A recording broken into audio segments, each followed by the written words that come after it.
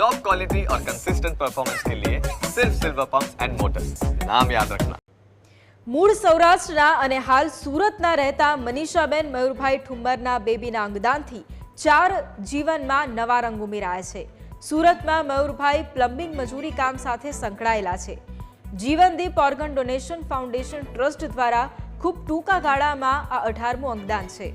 પ્રાપ્ત માહિતી મુજબ ગત 23 સપ્ટેમ્બરે મનીષાબેન મયુરભાઈ ઠુમ્મરને નોર્મલ ડિલિવરી સાથે કામરેજની હોસ્પિટલમાં બેબીનો જન્મ થયો હતો અને ત્યાંથી બેબીને તાત્કાલિક સુરત ડાયમંડ એસોસિએશન સંચાલિત ડાયમંડ હોસ્પિટલમાં ખસેડી અને એનઆઈસીયુ વિભાગમાં બેબીની સારવાર શરૂ કરવામાં આવી હતી। સઘન સારવાર બાદ ડોક્ટર્સે બેબીને બ્રેન ડેડ જાહેર કરી હતી। ત્યારબાદ સેવાનું કામ કરતી સંસ્થા જીવનદીપ ઓર્ગન ડોનેશન ફાઉન્ડેશન ટ્રસ્ટ દ્વારા બાળકના પરિવારને અંગદાન એ જ સર્વશ્રેષ્ઠ દાન છે એવી સમજણ આપેલ હતી। જે બાદ પરિવાર દ્વારા બાળકના લીવર, બંને કિડની અને બંને ચક્ષુઓના દાન કરાયા હતા।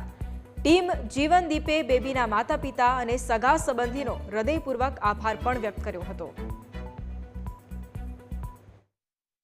2 દિવસ પહેલા ડાયમંડ હોસ્પિટલથી ડૉક્ટર હરેશભાઈ પાગડારનો ફોન આવ્યો હતો કે અમારે ત્યાં એક બ્રેન્ડેડ બચ્ચું છે, આપ આવો અને આપણે પરિવારજનોને મળીએ અને અંગદાન માટે સમજાવીએ।